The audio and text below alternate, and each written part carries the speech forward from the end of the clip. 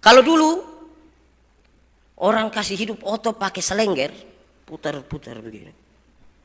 Sekarang tidak perlu, cukup pakai kontak otomat lagi. Jadi hasilnya sopir dan konjak dulu badan bagus-bagus semua karena mereka pakai selengger.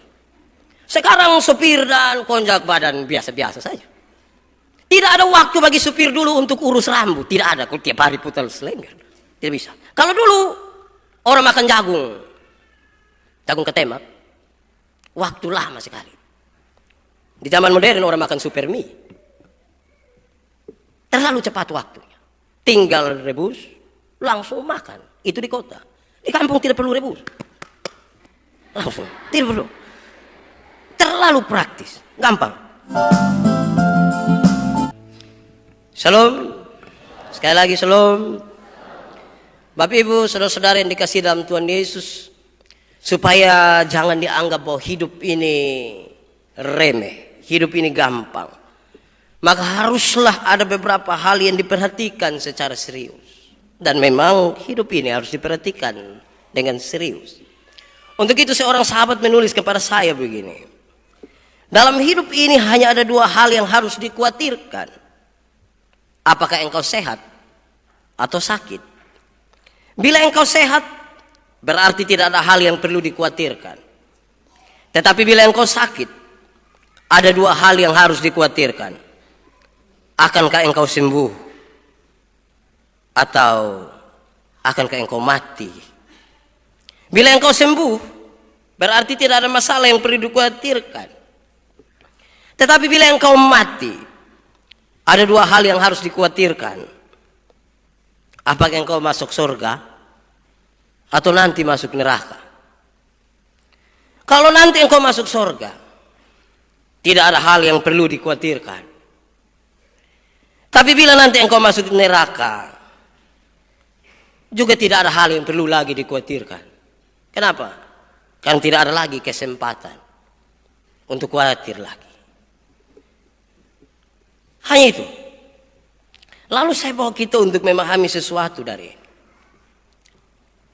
Kita ada pada satu dunia di mana kehidupan harus dibawa begitu rupa, dan kemudian kita mau supaya hidup ini menjadi enak saja.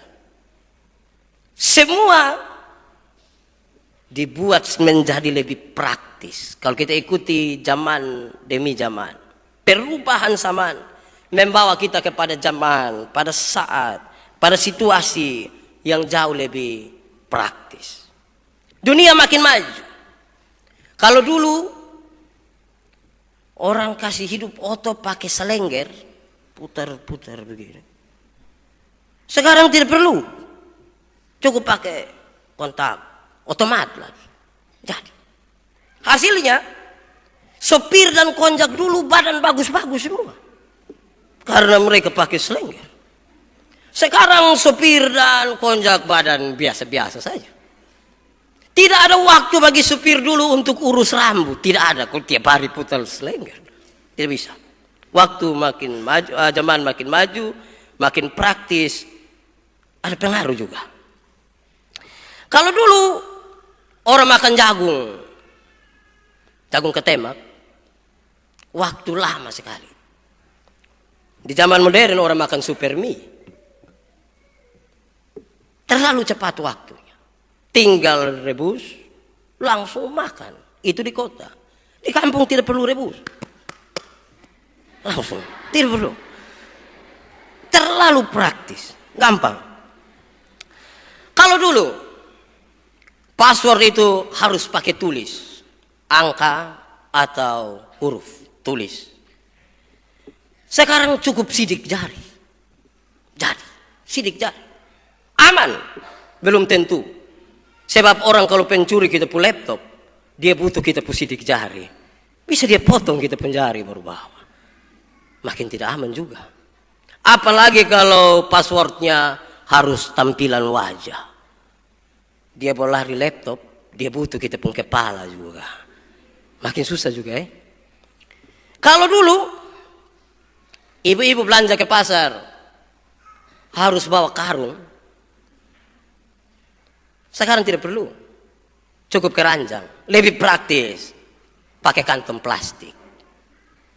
Akhirnya saudara tahu, sekarang ini biasa lebih transparan kantong plastik. Nah, hampir-hampir pepatah ini tidak berlaku di zaman modern. Membeli kucing dalam karung. Ya kalau dulu pakai karung, sekarang pakai kantong plastik. Isi kucing dalam kantong, kita langsung tahu itu kucing apa. Kalau dulu berkas-berkas, orang harus pakai map dan tinggi, cari susah setengah mati. Sekarang tidak perlu. Tidak perlu. Cukup pakai flash disk. Datang tinggal colok. Tinggal tusuk. Selesai. Akhirnya, dulu itu kalau buka sesuatu harus seperti ini. Sekarang tidak perlu begini. Sekarang tinggal begini. Berubah. Makin banyak berubah. Apa hubungannya dengan pembacaan kita hari ini? Ada dua tokoh, Yakub dan Esau. Saya ingin mulai dari pertanyaan ini. Dari dua karakter Yakub dan Esau, kita mau jadi seperti Yakub atau seperti Esau? Mau jadi seperti Yakub atau Esau? Simpan dalam hati saja. Tapi banyak orang rindu sekali menjadi Yakub. Yakub enak. Yakub baik. Pertanyaannya adalah apakah kita sudah menjadi karakter seperti Yakub? Belum tentu. Karena ini satu proses yang panjang. Lalu bagaimanakah dengan Esau? Apakah Tuhan tidak suka dengan Esau sampai harus memberikan itu kepada Yakub? Tidak. Kita baca sejumlah tema dalam kitab Perjanjian Lama. Dan kita menemukan banyak sekali catatan yang luar biasa. Kenapa bukan Kain, tapi harus Habel? Kenapa bukan Esau, tapi harus Yakub? Kenapa bukan Ruben, tapi harus Yusuf? Kenapa bukan Eliab, tapi harus Daud? Kenapa bukan Amnon, tapi harus Salomo? Kenapa? Apa Tuhan tidak suka dengan mereka yang pertama? Tidak. Tidak. Tapi ada sesuatu yang mau ditampilkan di situ. Dari soal karakter para pemegang janji itu yang Tuhan tekankan. Sebentar kita belajar lebih jauh apa yang terjadi dalam kehidupan Esau dan Yakub. Sekali lagi, bukan Tuhan tidak suka dengan mereka. Tapi karakter mereka menentukan, Tuhan menentukan siapa. Setelah kehendak bebas diberikan kepada manusia, Tuhan melihat sampai di mana mereka mengelola kepercayaan yang Tuhan kasih untuk mereka hidup. Ternyata yang adik-adik itu kemudian diberi kepercayaan, bukan kakak mereka. Sekarang saya tanya dulu, kenapa Esau disebut kakak? Kenapa Esau kakak? Kenapa Esau kakak? Jawabannya tidak susah. Karena dia lahir lebih dahulu. Ya dia kakak. Karena dia ada lebih dahulu. Dia kakak. Lalu kalau soal siapa lahir lebih dahulu dan siapa kebelakangan, siapa yang bisa mengatur? Di luar daripada manusia. Soal kakak adik tidak perlu lagi diperdebatkan. Soal siapa keluar dahulu dan siapa yang belakang tidak perlu lagi diperdebatkan. Karena itu di luar daripada kemampuan manusia. Di luar kemampuan manusia. Lalu yang harus kita renungkan sekarang adalah bagaimana keadaan mereka selanjutnya. Bukan soal kakak, bukan soal adik. Tapi karakter mereka yang kemudian harus Tuhan pakai untuk menjadi orang-orang pemegang janji. Apa yang terjadi selanjutnya? Mari kita renungkan bersama-sama karakter kerja daripada Esau. Kita lihat dulu Esau. Esau pekerjaannya berburu. Karena dia berburu, maka dia tergantung sekali kepada alam. Dia keluar hari ini bisa dapat rusa. Besok belum tentu dapat rusa. Belum tentu. Tergantung sekali kepada alam. Kalau hari ini dia tembak rusa, dapat kena, besok belum tentu kena. Bayangkan kalau karakter ini yang kemudian akan pegang perjanjian. Sangat tergantung kepada alam. Padahal peristiwa penciptaan manusia, Tuhan mencatatkan dunia ini baik tergantung kamu. Dunia rusak pun tergantung kamu. Dunia harus bergantung ke kita. Bukan kita tergantung kepada dunia. Supaya apa? Supaya menjadi jelas bahwa kalau saya dan saudara diutus ke tengah-tengah dunia. Kita menggarami dunia. Bukan dunia menggarami kita. Kenapa? Karena baik tidak baiknya dunia tergantung kepada kita. Bukan sebaliknya. Karena itu, yang kedua, karena dia bekerja sebagai pemburu, bergantung kepada dunia, maka sangat spekulatif. Sangat spekulatif. Coba-coba tembak. Kena ya syukur, tidak kena juga syukur. Kenapa? Karena tidak siap saat ketemu rusa. Bayangkan kalau orang-orang yang akan menerima janji ini adalah orang-orang yang spekulatif. Yang coba-coba saja bekerja. Yang coba-coba saja sesuatu. Tanpa sebuah kepastian. Tidak pantas diberikan janji itu bagi mereka. Tidak pantas. Kenapa? Di dalam Tuhan kita berjalan di dalam kepastian. Bukan spekulasi. Bukan spekulasi. Pasti. Sehingga kita tidak lagi ada dalam sebuah keadaan coba-coba. Coba-coba. Menyangkut hidup tidak bisa coba-coba. Dia harus pasti. Ketiga. Karena dia berburu. Maka dia pikir hari ini. Yang penting dapat hari ini. Tidak terlalu pikir soal masa depan. Tidak pikir masa depan. Kenapa? Karena yang ada hari ini. Tidak juga bisa simpan sampai masa depan. Dia berburu. Bayangkan kalau orang yang akan menerima janji ini adalah orang yang tidak pernah berpikir jauh ke depan. Tidak pikir masa depan. Hanya pikir hari ini. Padahal perjanjian Tuhan akan berlangsung sepanjang masa. Dari waktu ke waktu. Tidak bisa. Tidak bisa. Harus juga berpikir masa depan. Berikut. Karena dia berburu. Maka dia bekerja di luar rumah. Di luar rumah. Terlalu banyak di luar rumah. Menurut catatan Alkitab. Dia lebih suka tidur di padang. Akhirnya budaya luar rumah yang dia coba-coba bawa masuk di dalam rumah. Kenapa? Kok dia tinggal di luar? Bukan di dalam rumah. Karena lebih banyak ada satu tempat di luar. Dia merasa di luar lebih baik dari rumahnya sendiri. Karakter ini akan sulit untuk menjadi orang-orang pemegang janji. Kenapa? Karena dia merasa di luar jauh lebih baik. Bukan di dalam diri. Bagaimana bisa memahami potensi dirinya sendiri. Yang terakhir. Esau. Karena dia kerja sebagai pemburu. Emosi dia. Karakter dia. Sipit-sipit. Dengan hukum rimba. Siapa kuat? Menang. Siapa lemah? Susah. Hanya itu. Bayangkan kalau nanti orang dengan karakter ini yang akan diberikan janji oleh Tuhan. Akan sulit. Sangat sulit. Tidak bisa. Apalagi perjanjian Tuhan berlaku dari masa ke masa. Sampai pada kesudahan sama. Tidak bisa dengan karakter ini. Mari kita lihat sedikit. Bagaimana dengan Yakub. Yakub itu kerja memasak. Masak. Dalam rumah. Kalau memasak. Pasti dia tahu banyak resep. Tahu. Satu masakan. 2, 3, 4, satu bahan yang sama dia kelola untuk banyak hal. Tahu banyak cara.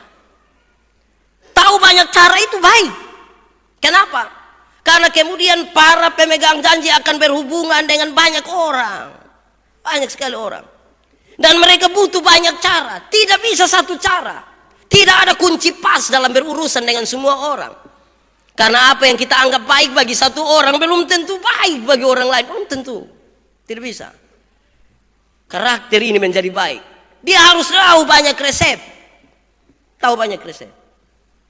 Supaya pas. Karena apa? Karena dia berurusan dengan banyak orang. Baca buku itu gampang. Buku ditulis tahun 87, baca tahun 2010, tulisan tidak berubah satu kali, tidak berubah sama sekali, tetap. Tapi membaca seorang manusia, hari ini dia bilang iya 2 menit, kemudian tidak. Hari ini dia setuju, besok dia tidak setuju. Dan kalau kita hanya punya satu resep, daging babi hanya bisa dibuat sei, minta maaf. Tidak bisa. Harus dibuat lain. Kenapa? Harus tahu banyak cara. Kita berurusan dengan banyak orang. Resep. Yakub, dia dalam rumah. Karena dia masak. Dia tahu dengan pasti. Persediaan masih ada atau tidak. Dia ambil beras terakhir itu dia tahu.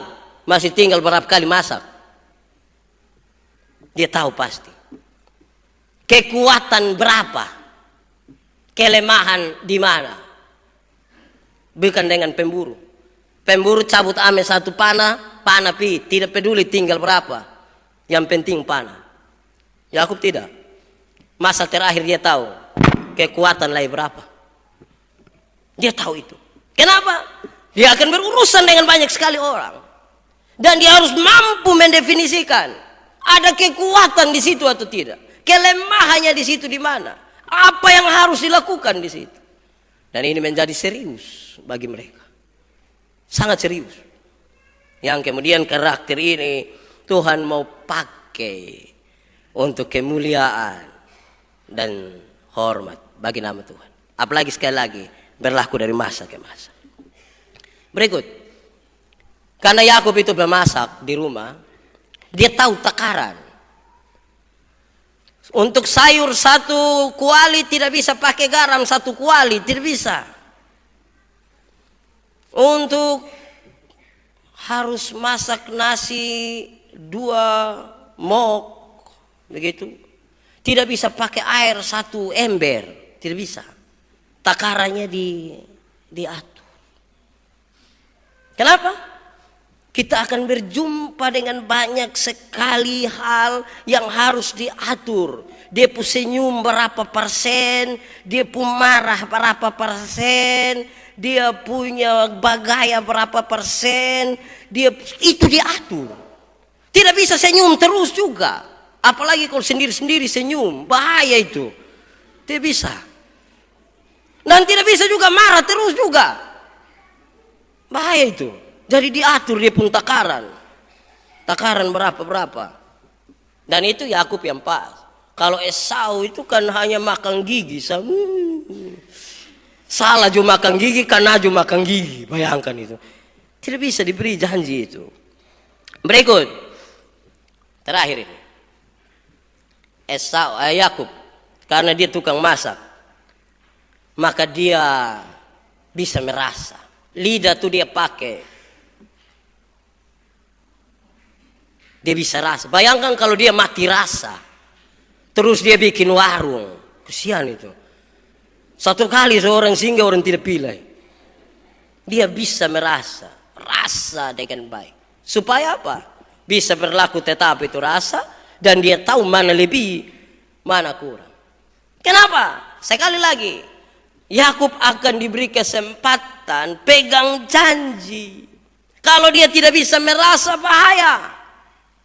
Bahaya.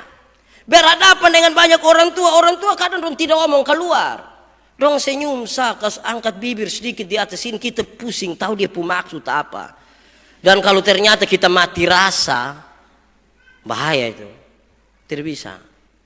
Harus juga bisa merasa. Apa pentingnya hak kesulungan sekarang? Hak kesulungan. Banyak orang selalu ingin mengaitkan dengan soal warisan. Soal warisan. Soal perwakilan. Tapi dalam konteks perjanjian Tuhan Allah dengan Abraham, dia bawa melampaui hal-hal itu. Apa itu? dalam kehidupan bangsa Israel, terutama dalam janji Tuhan untuk Abraham, Ishak dan Yakub. Dia menekankan ini. Hak keseluruhan itu meliputi hak untuk bermitra dengan Tuhan Allah sesuai dengan janji Tuhan kepada Abraham menurut Kejadian pasal 17. Aku menjadi Allahmu dan Allah keturunanmu. Siapa mendapat hak keseluruhan, dia mendapatkan hak untuk bermitra dengan Tuhan Allah. Maka dalam konteks tadi saya ingin katakan kepada saya dan saudara, kita semua, pada saat saya dan saudara berhenti bermitra dengan Tuhan Allah, membangun hubungan relasi yang baik dengan Tuhan Allah, kita kehilangan hak keseluruhan itu. Supaya apa? Kita tahu dengan pasti betapa pentingnya catatan pertama, hubungan kita dengan Tuhan Allah, bukan soal lain-lain, bukan soal strategi, bukan soal apa-apa. Hubungan kita dengan Tuhan Allah menjadi catatan yang paling pertama. Supaya apa? Supaya kita mampu untuk merumuskan apa yang harus kita buat dalam hubungan kita dengan Tuhan Allah yang luar biasa itu. Hak keseluruhan mencakup hak untuk bermitra dengan Tuhan Allah. Tapi yang kedua, hak keseluruhan itu berurusan dengan hak untuk masuk tanah perjanjian. Abraham, keluarlah dari tanahmu, dari sanak saudaramu, pergilah ke satu tempat yang akan aku tunjukkan kepadamu. Hak keseluruhan berurusan dengan itu. Berurusan dengan masuk kepada tanah perjanjian. 600.000 orang lebih keluar dari Mesir menuju Kanaan. Angkatan itu hanya 2 orang yang masuk, yang lain tidak sampai. Berarti mereka tidak mampu menikmati hak keseluruhan yang sebenarnya Tuhan kasih. Saya dan saudara ada dalam siara itu, dalam perjalanan itu menuju tanah perjanjian. Tidak bisa berhenti di jalan. Dan semua perjalanan kita, semua yang kita buat, misi kita, misi menuju tanah perjanjian. Di tanah perjanjian, Tuhan bilang ada susu dan madu. Susu, madu. Susu, madu. Tapi apakah ketika mereka keluar dari Mesir ke Israel, ke tanah Kanaan, ada susu dan madu di Kanaan? Tidak. Tidak ada. Mereka menemukan kegersangan di sana. Tetapi misi dan visi itu begitu kuat dipakai. Setiap kali ketika mereka ada di Mesir, pesan ini kuat. Susu, madu, susu, madu, susu, madu. Para pimpinan tahu susu madu. Yang bawahan tahu susu madu. Para cleaning service tahu susu madu. Maka mimpi mereka sama. Mimpi menikmati tanah perjanjian. Susu madu. Akhirnya karena punya visi yang sama untuk menemukan susu dan madu itu, mereka menikmati susu madu. Bukan pergi langsung Tuhan siap susu madu. Kerja setengah mati. Baru menemukan susu madu di sana. Janji itu begitu luar biasa. Dan ternyata Esau kehilangan hak itu. Hak untuk menikmati susu madu. Ketiga, hak keseluruhan itu meliputi hak untuk menjadi berkat bagi bangsa-bangsa. Simeon dalam doa, dalam pernyataannya dia bilang begini, Tuhan, sekarang biarlah hamba-Mu mati sudah. Karena hamba telah melihat keselamatan yang Engkau siapkan bagi bangsa-bangsa.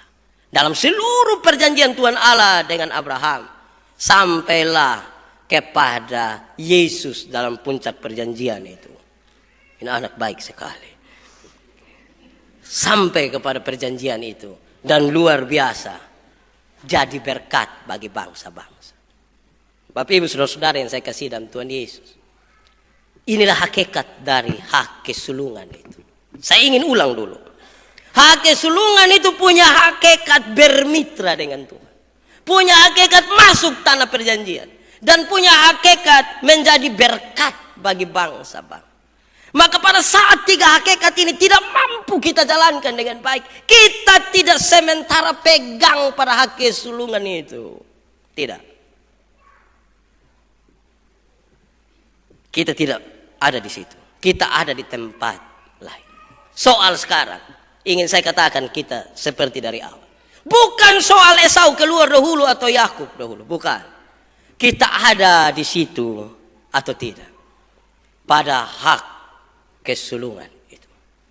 Sudah bukan lagi soal siapa lahir dahulu, siapa tidak. Saudara-saudara, lalu apa yang dibuat? Saya sekarang sadar bahwa dalam perenungan ini saya punya cita-cita, punya karakter seperti Yakub, ternyata saya Esau. Lalu apa yang saya buat supaya saya tidak lagi seperti Esau? Jawabannya sederhana. Ini menjadi bagian perenungan ini. Bagaimana keluar dari karakter Esau? Supaya kita memiliki karakter orang-orang terjanji yang benar-benar akan bawa janji itu sampai menjadi berkat bagi bangsa-bangsa. Yaitu harus mulai dengan rubah cara berpikir. Sepanjang Esau tidak rubah cara berpikirnya, menganggap remeh hak kesulungan yang mencakup tiga hal itu, minta maaf, dia tidak akan pernah sampai kepada maksud Tuhan. Maka dia harus seperti itu. Apa yang harus dirubah sekarang? Satu, harus dia atur begitu rupa bahwa dunia kita yang atur, bukan dunia mengatur kita. Dunia kita yang atur. Saya melayani di Alor, dan satu saat orang-orang Alor itu baik juga. Ketika mereka mau pendeta agak lama di situ, kami duduk makan sama-sama, terus saya bilang, "Bapak, sudah saya jalan suka ada orang tunggu saya di sana." Dia bilang, barang dunia kita yang atur lah, bila perlu surga juga kok." Jangan, biar dunia saja, jangan sampai di surga. Dunia kita yang atur, barang dunia kita yang atur. Bila perlu surga juga, tidak usah sampai surga. Dunia kita yang atur. Tapi dunia yang kita atur ini atur menurut siapa? Pemau. Supaya sampai pada hak kesulungan yang Tuhan maksudkan bagi kita. Jangan sampai atur menurut kita pemau dan berpikir hanya soal hari ini. Tidak bisa. Kenapa? Karakter Esau hanya karakter yang berpikir soal hari ini, tidak berpikir soal masa depan. Kalau saudara hanya mau berpikir bagi diri sendiri dan hari ini, semua harta kekayaanmu pakai, selesaikan untuk kesenanganmu. Mati, selesai. Anak-anak urus diri sendiri besok. Tapi kalau kita berani berpikir tentang masa depan, semua diatur dengan baik. Kenapa? Karena dunia kita yang atur. Dunia kita yang atur. Tapi kan banyak hal ini kita tergantung kepada dunia. Maksudnya? Maksud lo? Tidak. Maksudnya? Ya memang benar. Bahwa ada sejumlah hal katanya kita bergantung pada dunia. Tapi berpikir baik-baik dan lihat. Tidak. Allah menyiapkan segala sesuatu bagi manusia. Kenapa? Cerita penciptaan mengkisahkan dia cipta semua dulu, baru kemudian dia cipta manusia. Supaya apa? Manusia tinggal menikmati apa yang Tuhan siap. Tuhan tidak mau manusia susah. Berarti kalau kemudian manusia berjalan sampai pada kesusahan itu, soalnya tidak ada pada Tuhan Allah. Soal ada pada dia, bukan pada Tuhan Allah. Saya bilang di mana-mana, Tuhan tidak gila. Tuhan tidak gila. Menciptakan sejumlah manusia, taruh di tempat itu, terus dia tidak kasih air, dia tidak kasih segala macam. Tidak. Dia menyiapkan segala sesuatu bahwa dia berkenan manusia tinggal di situ. Supaya manusia yang atur di situ. Maka kalau cerita manusia jatuh dalam dosa, dia memberi penegasan yang luar biasa. Celakalah tanah karena engkau. Ini tanah yang baik. menjadi rusak karena engkau punya perbuatan. Engkau tidak mampu lagi untuk menjadi berkat bagi tanah ini. Celakalah tanah karena engkau. Harus rubah pikiran ini. Dunia kita atur. Dunia kita atur. Tapi bukan atur menurut kemauan kita. Atur menurut apa yang Tuhan mau. Kenapa? Karena bicara soal janji Tuhan, kita tidak bicara soal selera. Tidak. Kalau atur menurut kita mau kan atur lewat selera toh. Selera. Selera berurusan dengan makan dan rumah makan. Rumah makan selera. Iya. Itu selera. Tapi pelayanan berurusan dengan tanggung jawab. Saudara mungkin tidak suka baju biru. Tetapi karena diputuskan dalam rapat semua harus pakai baju biru. Bukan selera warna. Tanggung jawab. Saudara harus datang jam 9. Padahal saudara bangun setengah 12. Kita tidak bicara selera. Kita bicara tanggung jawab. Ketika kita ambil sebuah keputusan bersama, dalam rapat setengah bagian tidak suka kurang satu, setengah bagian suka lebih satu. Berarti yang menang yang mana? Yang lebih satu. Ketika keputusan ada, sekali lagi bukan selera, tanggung jawab. Kita tidak bicara selera. Sebab kalau bicara selera, tersinggung banyak. Banyak orang tersinggung. Untung di agape tidak banyak orang suka tersinggung. Sebab kalau dia tersinggung dia akan cepat keriput. Saya lihat ini orang umur 60-70 masih grace betul. Kenapa? Itu karena kurang tersinggung. Itu luar biasa itu.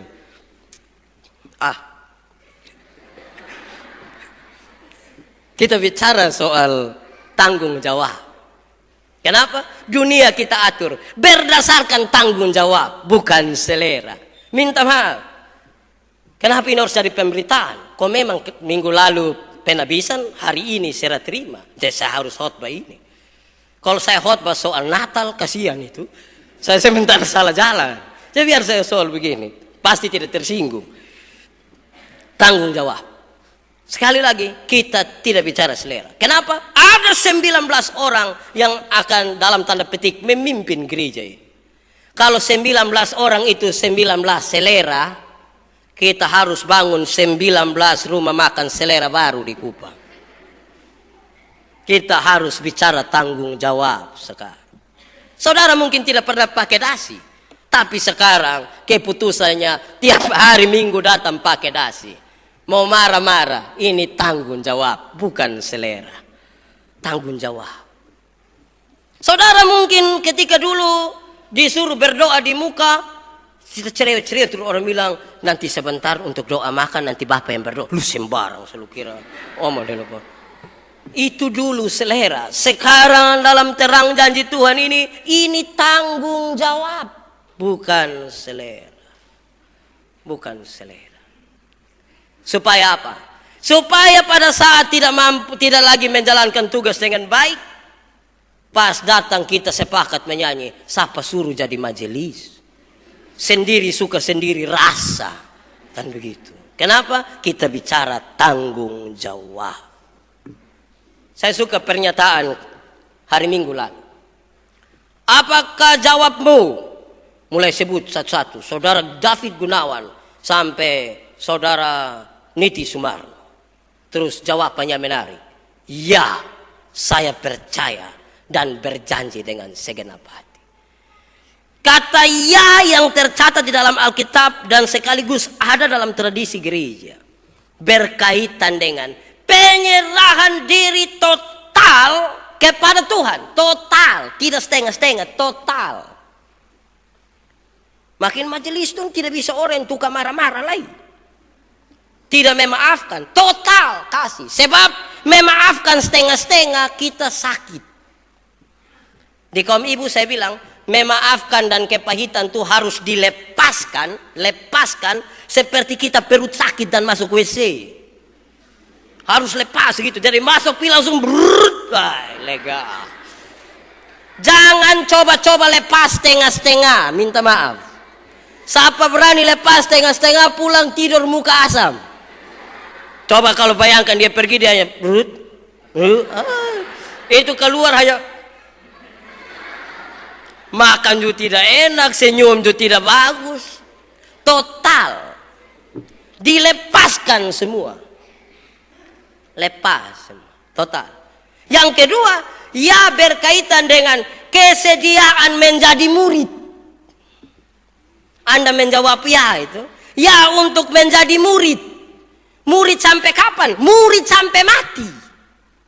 Sehingga karena kesediaan menjadi murid, harus punya kesediaan memberi telinga seorang murid yang terus mendengar. Terus mendengar. Terus mendengar. Kalau terus mendengar, minta maaf. Bakalai itu tidak saling mendengar, tapi menunggu waktu bicara. Bertengkar itu kan bukan mendengar, toh. Ini omong habis kau omong dulu. Bukan dengar. Telinga seorang murid, telinga yang mendengar, bukan tunggu waktu beromong. Mendengar. Iman bertumbuh dari mendengar. Mendengar, telinga seorang. Sehingga seorang pendeta sekalipun harus terus belajar karena dia murid. Jangan pas ada ibadah di rumah, mama ana yang khotbah, lantas kita bilang begini, saya su pendeta jadi mama ana mau datang omong apa? Dia sudah berhenti jadi murid. Murid terus belajar. Terus belajar. Murid terus belajar. Belajar dari sang guru yang agung. Tidak sekedar belajar dari pengalaman. Kenapa? Pengalaman saya beda dengan pengalaman Pak Jerry, beda dengan pengalaman Pak Nelson, beda dengan pengalaman semua. Kalau saya pun pengalaman yang dipakai saja, bahaya. Besok-besok saya mati mau pakai saya pun pengalaman. Maka gereja sudah tidak lagi bergantung kepada Tuhan. Kita lebih bergantung kepada manusia. Jawab ya, kesediaan untuk belajar. Ketiga, jawab ya berarti orang memberikan diri menjadi bagian dari Tuhan. Bagian langsung. Metafora gereja digambarkan oleh Alkitab, Tuhan kepala gereja dan persekutuannya adalah tubuh Tuhan Yesus. Kalau begitu, tidak bisa ada orang bilang begini, saya tidak pergi gereja tapi saya suka berdoa, Pak. Kalimat itu seperti bagus, tapi tidak bagus. Kenapa? Ketika saya di Atambua, beberapa orang merasa saya sesat karena memberi jawaban ini. Mereka bilang begini, Pak Pendeta, bagaimana ada orang-orang yang suka berdoa tapi pemalas gereja, Pak? Saya tanya mereka, yang sudah menikah angkat tangan. Sejumlah laki-laki angkat tangan sudah menikah. Oke. Baik, Bapak-Bapak yang menikah ini saya tanya dulu. Siapa yang pernah bilang dia pu istri bahwa Mama, saya terlalu suka Mama pun kepala. Mama pun badan siapa mau ambil sah. Kalau sampai ada suami omong begitu, kemungkinan besar dia gila sedikit. Kalau suka Mama pun kepala, berarti suka juga Mama pun badan. Amin. Suka kepala gereja, suka juga dia pun tubuh. Terima kepala, terima tubuh. Entah itu tubuh mau begini, kok terima. Karena konsekuensi dari menerima kepala adalah menerima tubuh. Jadi siapa bilang dia rajin berdoa tapi biar nanti tanggal 25 Desember yang 31 malam baru saya episode kali itu kurang betul itu. Kurang betul. Itu bagian pertama. Rubah ini dunia menurut pembaharuan budimu. Begitu. Itu yang Paulus sampaikan. Rubah. Manusia diutus ke dalam dunia. Ubah ini dunia oleh karena pembaharuan budi. Catatannya menjadi gampang. Rubah dahulu kita pun diri. Kalau mau rubah orang lain. Jangan ketika anak-anak pemaki, marah dia pemaki. Tapi kita maki dia karena dia pemaki. Itu otak juga kurang beres. Terus anak protes. Kok Bapak bilang beta jangan omong orang anjing. Padahal Bapak bilang beta anjing. Langsung dia karena sontom mau omong apa dia bilang. Lu dengar yang saya omong, jangan lihat yang saya buat. Itu cuma salah. Tidak bisa. Rubah dahulu diri, baru rubah orang lain. Rubah dahulu diri. Jangan berharap dunia ini berubah kalau Anda tidak mampu merubah dirimu sendiri. Saya mengajar homiletika, ilmu berkhotbah bagi beberapa penetua, pendeta dan diaken. Terus mereka tanya saya, Pak Pendeta, khotbah yang baik itu yang mana? Yang berapi-api atau berair-air? Yang tulis atau tidak tulis? Saya bilang bukan soal di situ. Khotbah yang baik itu ialah omong karmana bikin begitu. Jangan omong lain bikin lain. Omong bilang Anda harus selalu dipenuhi dengan kasih Kristus sehingga Anda senyum. Tapi waktu orang ketemu dia hanya begini. Ada masalah dalam diri sendiri. Tidak bisa. Ubah ini dunia oleh pembaharuan buat ini. Itu bagian pertama. Kedua, bagaimana keluar dari karakter Esau. Harus berani rubah cara berpikir bahwa di luar itu kerja dan menemukan hasil. Tetapi di dalam itu pengelolaannya. Supaya apa? Supaya jangan marah Esau karena dia suka berburu. Betul dapat hasil. Anda pancing ikan, sewa perahu, pancing ikan di Pulau Kera, tidak bakar di laut, pindah datang di darat berbakar. Benar Anda menemukan sejumlah hal, dapat sampai sini kelola. Kenapa? Tidak semua dari rusa kita makan. Siapa yang dapat rusa satu ekor makan semua? Tanduk juga makan, kuku juga makan. Oh itu bahaya itu bahaya itu. Kelola supaya yang baik pakai, yang tidak baik buang. Hanya itu kelola. Tangkap di luar, kelola di rumah. Pak, tapi sosot kali kan bottom butuh piknik, Pak. Makan langsung, pas tembak habis baru langsung bakar tuh, Pak. Wuih. Iya, ma itu dia pun nama sosot kali. Bukan semua kali. Sosot kali. Yang semua kali itu di rumah. Ya, semua itu ada di rumah. Kenapa? Supaya ada kesediaan kita pulang di rumah. Saya melayani di Sabu. Terus datang beberapa TKW. Mereka bilang, pas kami acara Natal. Tahu sendiri Natal di kampung ini kan tidak semeriah Natal di Agape. Terus ini orang-orang dong bilang begini. Kedua TKW datang ke saya. Dong bilang begini, Pak Pendeta. Kalau kami Natal di Macau. Saya Pak, kalau kami Natal di Filipina, Pak, kan dia ternyata ikut tuanya ke mana-mana begitu. Waktu kami Natal di Hong Kong, Pak, saya lama-lama saya sumar daripada dia sebut seluruh negara ASEAN. Saya kasih tahu dia, kapan kamu dua berhenti bicara?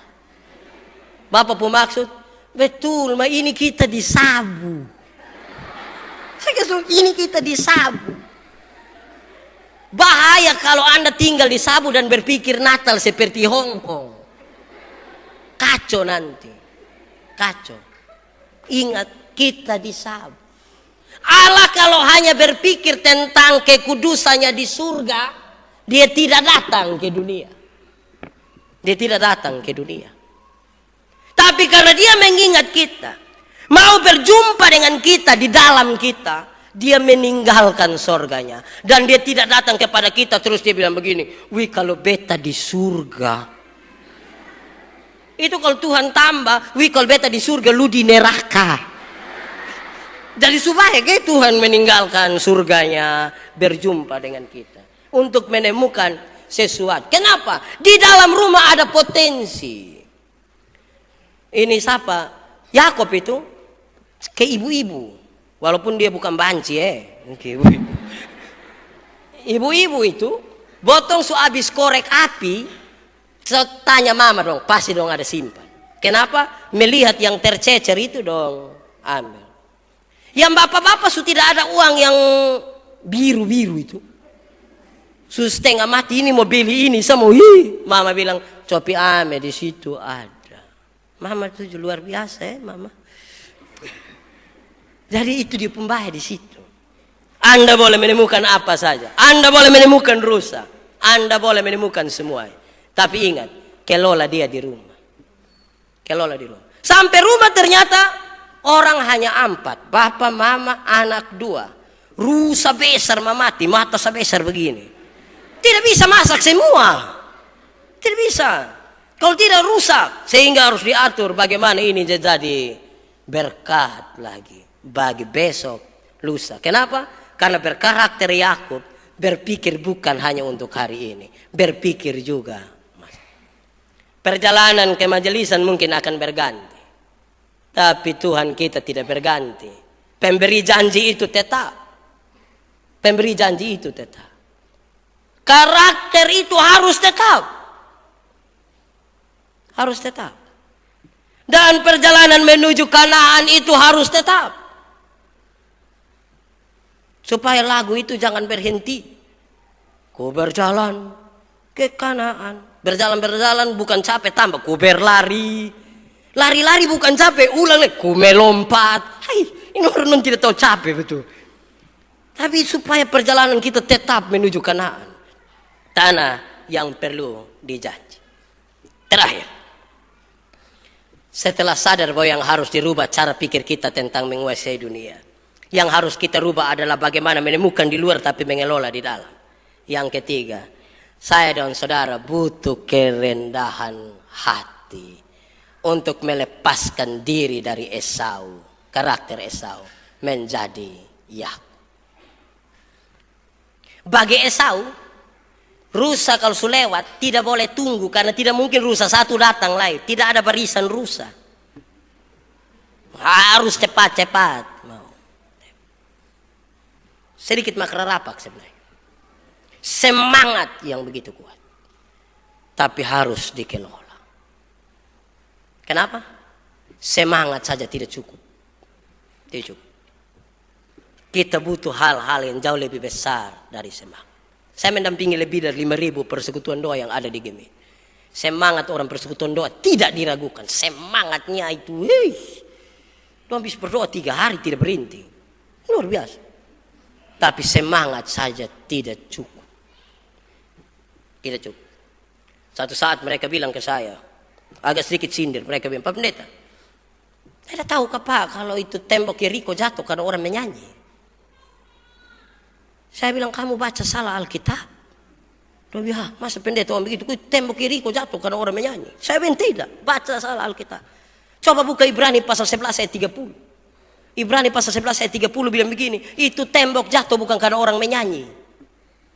Itu tembok jatuh karena iman. Iman yang membuat itu tembok jatuh. Menyanyi besar-besar tidak pakai iman, tembok tidak jatuh. Lebih baik kita sewa loader kas jatuh. Ya. Iman. Supaya semangat kita, semangat yang kita bangun di atas iman. Iman. Kenapa? Karena hak kesulungan berurusan dengan kemitraan kita dengan Tuhan Allah. Dan itu iman. Kemarin kita bahas tentang doa.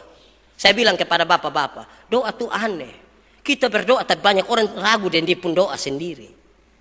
Dia berdoa tapi dia sendiri. Lu yakin lu pun berdoa? Tahu. Nah kalau dia sendiri tahu, orang lain bilang apa? Tahu dia ludo. Itu lebih susah lah itu.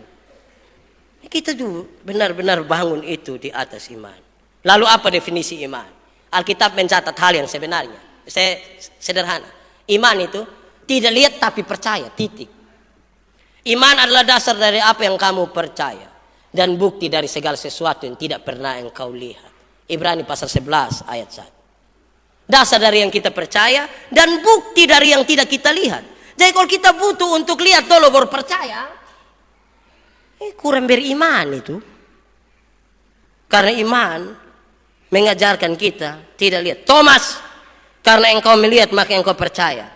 Berbahagialah dia yang tidak melihat tapi percaya.